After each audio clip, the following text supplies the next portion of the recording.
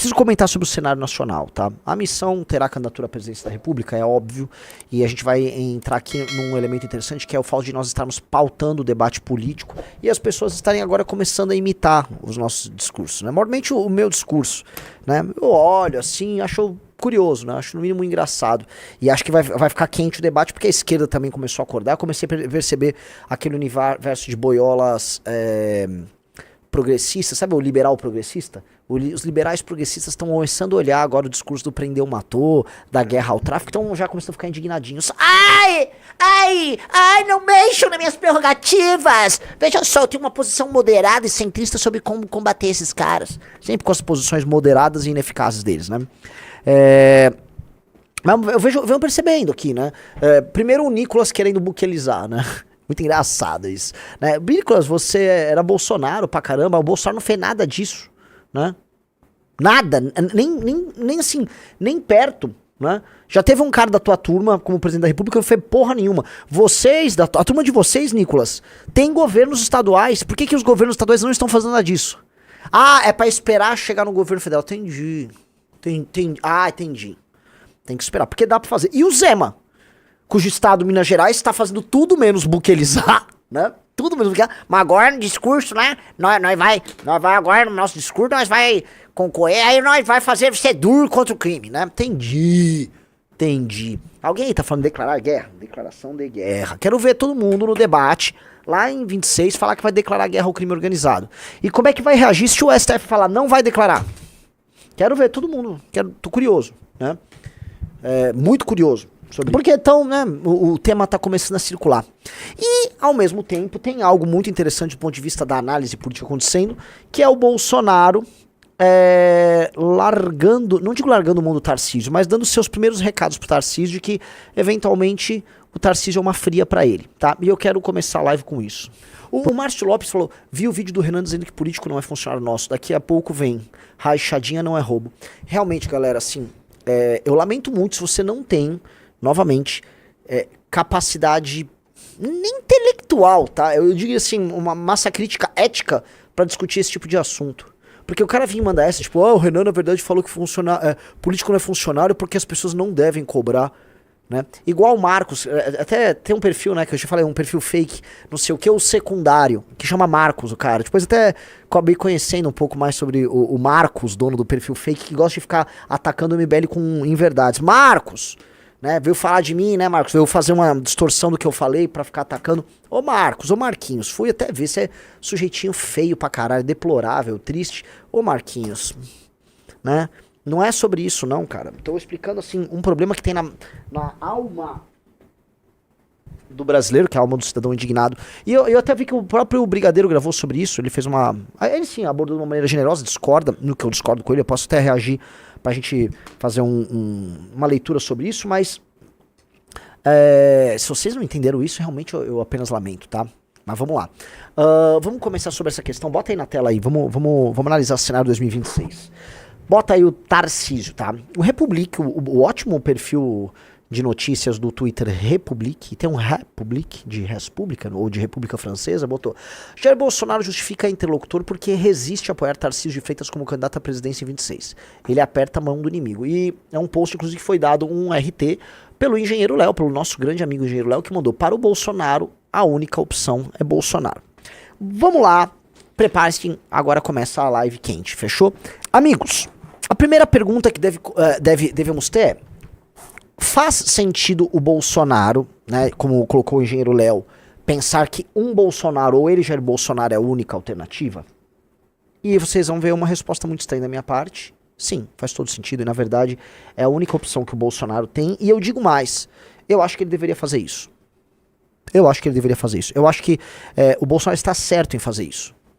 E nisto começa a nossa live. A natureza do Bolsonaro nunca foi a de um homem construtor de grupos. O Bolsonaro não tem perfil empreendedor, o Bolsonaro não tem um perfil criativo, o Bolsonaro sequer tem um perfil de liderança política, tá? Então, o Bolsonaro não construiu algo, que nós podemos dar o nome de um partido político, um movimento político, sequer uma estrutura de pessoas, vamos dizer, uma estrutura orgânica de pessoas em prol de um conjunto de ideias e objetivos. Não. O Bolsonaro, construiu, e não ele, tá? Basicamente, especialmente seu filho Carlos e depois todo mundo que se acoplou ao redor, ele construiu algo chamado bolsonarismo, tá?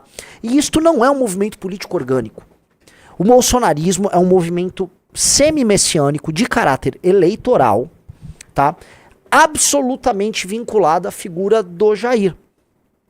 E aí, ela se enquadra, tá? Tem um pouquinho de culto, mas não é exatamente um culto. É um elemento de vamos dizer, um messianismo político pragmático vinculado a uma ação política, quando posta na prática, em grande medida pouco revolucionária, por mais que ele tenha tentado dar um golpe de Estado. Ou seja, o Bolsonaro daria um golpe de Estado porque o Bolsonaro precisa ficar no poder, não porque o Bolsonaro tem grandes objetivos que alterem a nossa realidade. Vocês entendem isso? O golpe do Bolsonaro era sobre manter o Bolsonaro no poder, porque o Bolsonaro só queria estar no poder. O Bolsonaro, quando no poder, não sabe o que fazer no poder, tá? Existe por favor, se coloquem, vai vir palavrão, então aviso, se você tem crianças aí na sala, se tem uma senhora de idade, cuidado que eu terei que usar um palavrão aqui, mas existe um ditado lá do interior de Portugal, meu avô usava, aí meu pai usou, e eu acho engraçado porque é muito legal, que veio um palavrão agora: para o mal foder, até os cu atrapalham, né? Para o mal praticante do sexo, até a sua bolsa escrotal atrapalha. No sentido de que não adianta botar o cara no poder, porque lá mesmo ele não sabe o que faz. Então o Bolsonaro, como ele não é um movimento baseado em objetivos, ideias, nada. O Bolsonaro é um movimento baseado em... O bolsonarismo é um movimento baseado em Bolsonaro. Logo, ele chega no poder e o objetivo da sua chegada ao poder é a permanência dele no poder. Pra quê? Não se sabe. Mas tudo que o Bolsonaro queria fazer é permanecer lá, sendo amado. O Bolsonaro tem um lance de ser amado, porque todo movimento bolsonarista é sobre amar o Bolsonaro, amar e acreditar no Bolsonaro. É uma ligação muito louca, porque se você explicar para um bolsonarista, tá, um eleitor bolsonarista, o que o Bolsonaro fez e o que o Bolsonaro representa para eles, eles vão citar uma série de valores, por vezes etéreos, e aí objetivamente eles vão falar que o Brasil vai ficar melhor tendo o Bolsonaro lá. Se a gente olha e bota no papel, comparar ele com o governo anterior e ele com esse governo merda de agora, números de economia, emprego, etc., você vai ver que salvo um negócio aqui, outro ali, um fez mais uma reforma aqui, o Temer faz mais reforma aqui, o Lula apresentou nos 2 primeiros anos uns números de PIB artificiais, mas um pouco melhores, o Bolsonaro vai apresentar números no final do mandato dele de PIB, você vai estar na mesma lenga-lenga, só que um bolsonarista vai dizer que ele vivia melhor sob o governo Bolsonaro. Ele vivia melhor porque ele se sentia representado nessa conexão líder e liderado. Então o bolsonarismo não é sobre ideias, não é sobre projeto, não é sobre um grande objetivo, não é sobre uma visão de Brasil, é uma visão de Bolsonaro. Então o Bolsonaro, ele não tem uma visão de Brasil. Na verdade, a visão de Brasil dele é ele estampado na bandeira do Brasil. Então você tem que se vincular a ele. E o Brasil estará melhor conquanto esteja lá o Bolsonaro nos governando, ok?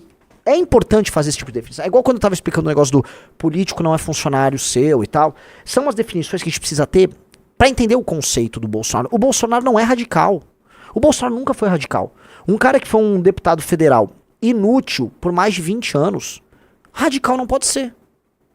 Por mais que você fale, poxa, mas ele tinha uns discursos radicais, umas entrevistas radicais nos anos 90, poxa, tinha umas entrevistas em que um cara que não causaria dano a nada, que era um deputado inútil de um partido do Centrão, ele falava lá umas atrocidades que ninguém dava bola. Ninguém dava bola. Depois ele passou aí num programa lá da Luciana Gimenez, também falava umas coisas, ninguém dava bola. Aí depois passaram da bola, então logo ele se torna, né, um cara passível de vencer eleições. Ele, portanto, quando teve meios de ação para atuar, ele nunca fez nada. O máximo que ele tentou fazer, o máximo de radicalismo que o Bolsonaro teve, radicalismo, foi aí sim tentar arquitetar junto com o time de aloprados dele um golpe que manteria ele no poder. E se ele tivesse ali no poder, a única coisa que ele faria seria tomar ações, talvez violentas, para sustentar ele no poder. Nada além disso. Nada além disso. Mas, do ponto de vista das ideias e do que ele sonha, do que ele vê o Brasil como uma potência, ele não consegue imaginar. Existe um problema, portanto, de imaginação. Dei toda essa volta para vocês entenderem o quê? Que não faz, já que ele não tem um projeto de Brasil, por que diabo ele tem que apoiar outro cara que não ele? Vocês entenderam? Entendeu isso, Rizzo, ou não? Sim. Não faz sentido. Ah, não, o Tarcísio é herdeiro dele. Herdeiro do quê, cara pálida? O Tarcísio é herdeiro do quê do Bolsonaro? Em que sentido o Tarcísio herda um conjunto de ideias do Bolsonaro? Que ideias? Que visão de Brasil? O que o Tarcísio pretende fazer caso vença a eleição a partir de 2027, que estava nos planos do Bolsonaro? Vocês já ouviram falar? Prestem atenção. Se você olha com carinho, não tem nada. O Tarcísio, portanto, é herdeiro de outra coisa. O Tarcísio seria um herdeiro apenas do eleitorado do Bolsonaro. Sendo um herdeiro do eleitorado do Bolsonaro, eu não tô vendo onde o Bolsonaro tá ganhando nisso. O Bolsonaro se tornaria um cabo eleitoral de um cara que ficaria com o seu ativo, que é o eleitor. Logo, qual o sentido disso pro Bolsonaro? Outro ponto. O Tarcísio já existia na política antes do Bolsonaro. O Tarcísio era um cara ligado ao Centrão, que trabalhou nos governos do PT, depois no governo do Temer, e depois no governo do Bolsonaro, e agora no próprio governo de São Paulo, em que ele governa com o Centrão. Não acho que faz um mau governo, não faz um governo brilhante, não faz um mau governo. Ele faz um governo ok, como também foi ok o governo do Dória. Como também foi ok os governos anteriores. Tem alguns pontos bons, tem algumas reformas boas. Em geral, São Paulo é muito mais bem administrado do que os outros estados da federação. E ele cumpre um bom papel nisso, tem um bom secretário de segurança, que é o Derrite. É isso, ele é um bom governador, como outros governadores de São Paulo antes dele foram bons também. Talvez seja um pouquinho melhor? Sim, na margem um pouquinho melhor. Tá, a régua de São Paulo, em geral, em termos de governos estaduais, ela é um pouco mais alta. Tá? Você dificilmente vai achar os governadores nos níveis dos governadores de São Paulo, graças a Deus. A burocracia de São Paulo, a burocracia do estado de São Paulo também é uma burocracia melhor. Tem uma, vamos dizer, uma continuidade de políticas públicas, como nós nunca tivemos um governador de esquerda aqui, que fazem com que, vamos dizer, dos anos 90 até hoje, as políticas tenham continuidade. Por bem e por mal. Mas a continuidade beneficia, né? Então essa continuidade, o Tarcísio se beneficia dela, e nós, como um todo aqui no estado de São Paulo, nos beneficiamos. Mas o Tarcísio é isso, é um cara do Centrão, que sendo presidente da República, se ele ganhar a eleição, e eu espero que o candidato da missão não deixe ele ganhar a eleição, ele vai fazer um governo, vamos dizer, de consenso com o Centrão, com o STF, sim, e vai ser um governo um pouco pior do que o governo que ele faz em São Paulo, porque a federação é bem mais difícil de administrar, contando com o beneplácito dos mercados. Então, o mercado financeiro vai apoiar ele, como apoiou o Bolsonaro. Lembre-se disso, o Bolsonaro teve, durante boa parte do governo dele, apoio direto do mercado financeiro. No final, o mercado financeiro desembarca e apoia o Lula. E aí o Lula conta com o beneplácito do mercado financeiro um pouco, depois o mercado financeiro larga a mão, e o Tarcísio já conta com o beneplácito do mercado financeiro. Então ele vai governar com o mercado financeiro, ele vai governar com o STF, ele vai governar com o Centrão. É uma grande coalizão? Uma grande coalizão. O que essa coalizão significa? Que ele vai ter alguns instrumentos para tentar, do ponto de vista econômico, debelar a crise econômica, e do ponto de vista da segurança pública, que vai ser um tema, tá na cara que esse tema vai pautar a próxima eleição, ele vai tentar tomar algumas medidas um pouco mais duras. Mas nada, por conta do desenho de aliança que ele está fazendo, nada muito revolucionário. Nada muito revolucionário. Então, por não ser nada muito revolucionário, ele não vai resolver, na prática, nenhum problema. Ele vai enxugar um gelo daqui, reforma um pouquinho dali, cede um pouquinho a colar. Agora, ele vai mexer no orçamento secreto e na dinâmica da administração dos estados e dos municípios ao redor do Brasil? Não. Por quê? Porque ele é do Centrão. Ele vai fazer algo realmente como uma guerra ao crime organizado? Não. Não. Ele, do ponto de vista de uma série de reformas profundas no Estado brasileiro, ele vai entrar no cerne da questão? Não. Ele nem pode. Qualquer coisa que ele faça, ele perde a coalizão. Ele com certeza vai ter um vice-presidente. Se não for a Michelle, eu acho improvável que seja a Michelle, tá? Porque eu acho que ele vai pro PL. Se ele for candidato a presidente, ele vai pro PL. Ele vai ter um cara do Centrão como vice. O Diego até falou, e com a mídia também, que já parou de bater nele, é isso. Então, o candidato do centro, igual tentaram desenhar o Alckmin em 2018, o candidato do centro, com apoio de todos esses blocos, é o Tarcísio, entendeu? E o Bolsonaro percebeu isso. Tarde, mas percebeu. E como ele tá vendo que as coisas estão se encaminhando pro Tarcísio, e recentemente, não sei se o Rizzo consegue levantar aqui, houve um evento do Tarcísio com o Derrite, em que ele quase meio que se coloca como líder nacional da direita, tá? O Bolsonaro, que vive de administrar a marca Bolsonaro, pegou. Bolsonaro, ok, entendi o que está acontecendo, tá? E o Bolsonaro vai pra cima. O Bolsonaro, ele é muito imprevisível nisso, né? Se ele sentir que ele não terá prestígio no jogo, e que ele vai ser usado como uma bandeira eleitoral, ele vai ficar puto. E olha a ironia do destino. Prestem atenção, olhando aqui pra câmera, olha a ironia do destino. Talvez, se preso, o Bolsonaro vai se sentir como os presos do dia 8 para ele próprio. Ué, como assim? Veja, ele utiliza os presos do dia 8 como bandeira política para se autopromover. E aí pode ser que ele veja o Tarcísio se utilizando do Bolsonaro como bandeira para ele se promover em termos eleitorais. Ó, maior das ironias, né? Ele pagando, vamos dizer, ele pagando do próprio veneno, né? Ele pagando o preço nele próprio daquilo que ele costumou-se a fazer com os outros. Porque o Bolsonaro se acostumou a usar, descartar e depois ser usado quando conveniente como bandeira eleitoral. Agora, pode ser que o Tarcísio faça isso com ele. Olha como a vida pode ser irônica. Já pararam pra pensar? Como a vida pode dar voltas ali, né? Veja a matéria, o Riso levantou aqui, né? Tarcísio Derrite tem noite de pré-campanha com líderes da centro-direita e recado a Lula. Isso foi quando? 3 dias. Quinta-feira? 4 dias, isso. Eu sei desse evento, tá? Eu vou contar um negócio pra vocês. Querem momento bastidores? Opa! Momento bastidores. Eu sei desse evento, tá? Houve um evento, você deve ter visto, né? Governador de São Paulo e seu secretário Derrite protagonizaram um evento com área de campanha durante festa de filiação do seu auxiliar ao PP. Derrite foi explícito ao se colocar como candidato ao Senado, justificando que esse é o motivo do retorno à legenda. Já Tarcísio, apontado como possível presidenciável no próximo ano, disse que o grupo de dirigentes partidários que os acompanhava estava unido e que quer fazer a diferença. Uma coisa importante que não pode passar despercebida é que o símbolo da quantidade de liderança que nós temos. Basicamente, o Tarcísio está comemorando que está fechando o centrão ao redor dele. E assim, ele não está errado. Para a imaginação do Tarcísio, para a imaginação de administração do Brasil que ele tem e tal, faz sentido isso. Ele não está errado na lógica dele. Não tô falando que isso é melhor porque a gente precisa fazer pro Brasil. Mas ele não tá errado na lógica dele. Ele tá se preparando com uma coalizão forte para enxugar gelo, mano, bem pra caralho. 2027, 8, se ele ganha 27, 28, 29, 30, ele vai tentar enxugar aquela crise lá com todos os instrumentos clássicos que todos os presidentes da democratização tiveram. Governa com o centrão, oligarcas juntos, cede aqui, cede ali, faz sempre meias reformas e vai empurrando a coisa com a barriga. É isso que ele vai fazer. E aí, ele rolou esse evento, tal, evento basicamente que o Jun pegou a turma do PL, republicanos, e do PEPUNI. Você sabe o que é o PEPUNI?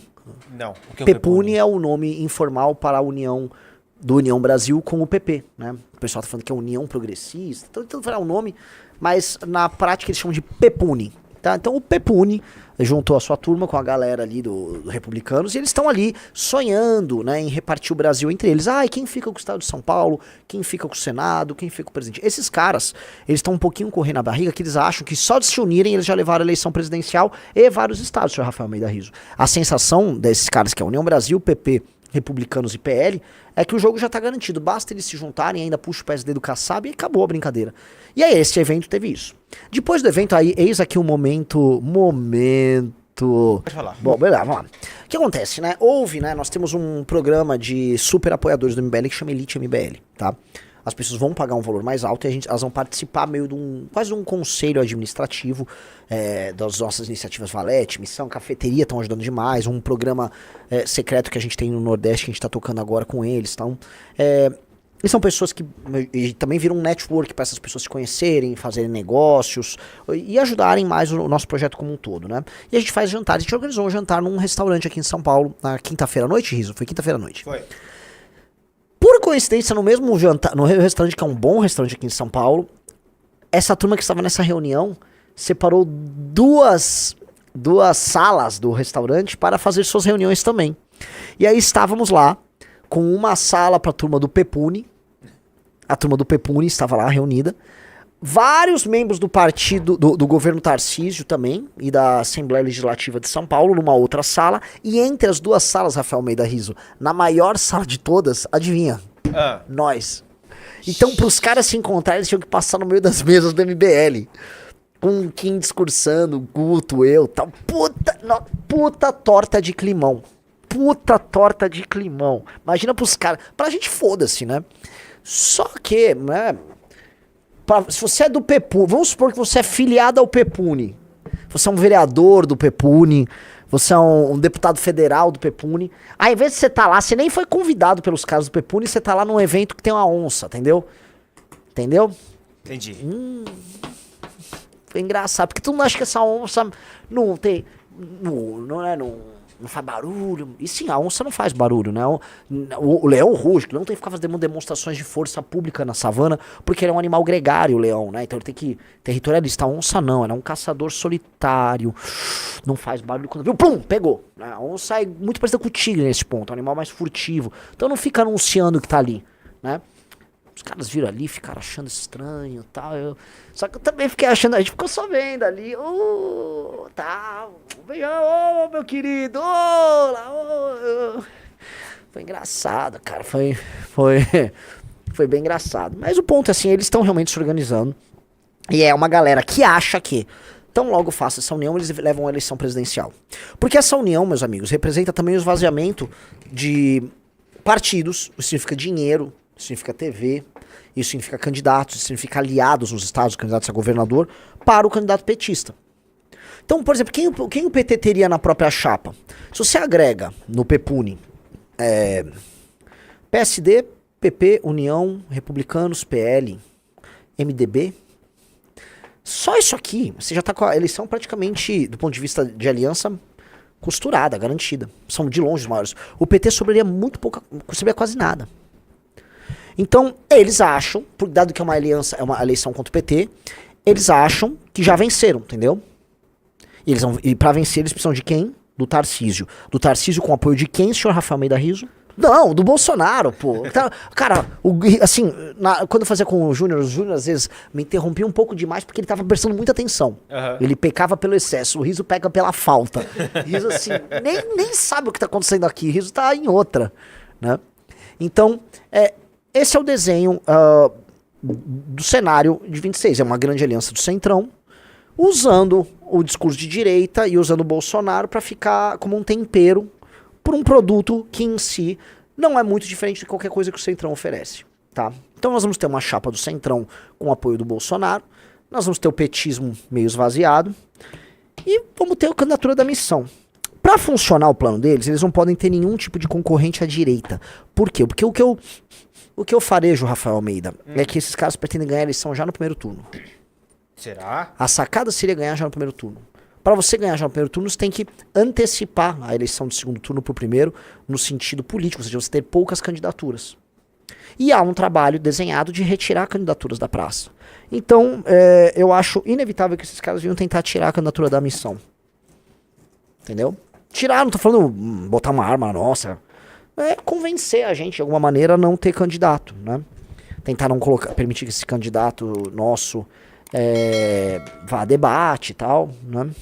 E, cara, só faltou combinar com a onça, porque a onça não vai. A gente vai participar, nós teremos candidatos sim.